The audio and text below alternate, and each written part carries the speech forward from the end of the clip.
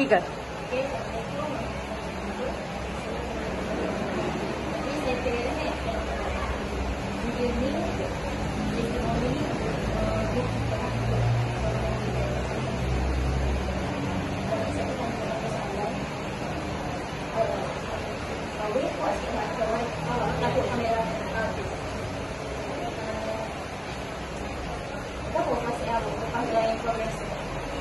perasaan saya bila dalam program ni, saya rasa gembira. Lepas tu saya rasa macam masih bahu berusaha nak buat yang terbaik. Sebab saya rasa selama ni saya rasa macam saya berusaha tak sangat. Saya rasa macam malas kadang-kadang, macam tak terlalu nak buat sesuatu tu tapi macam malas. okey. Kalau saya buat program ni nak join lagi? Kalau ada lagi, saya nak join lagi sebab saya rasa macam tak puas lagi. Kalau boleh, saya nak kalau boleh biar sampai Kak Agi tu sampai pukul 5 ke atau apa. Sebab saya rasa seronok sangat dengan program ni. Alhamdulillah, saya pun seronok dengar dari awak. Sangat positif. Bagi sedikit ucapan ataupun nasihat ke sayang-sayang awak.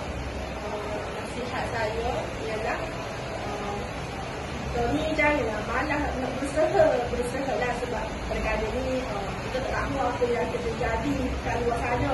Jadi kita nak banyak berusaha, macam janganlah malas, berusaha lah dalam gabung-gabung tu, belajar ke, video ke apa, supaya hasilnya memuaskan dan dapat bangkitkan tujuan bangsa kita.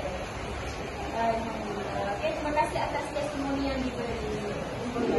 Okay.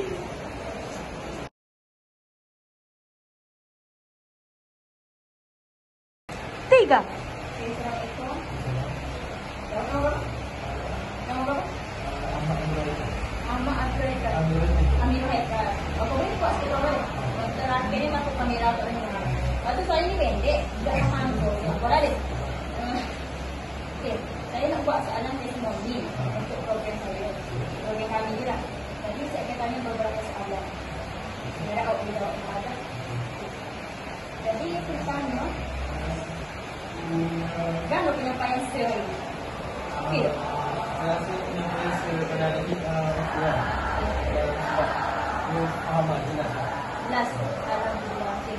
Bagaimana kuasa awak ni? Kalau sebuah lagi program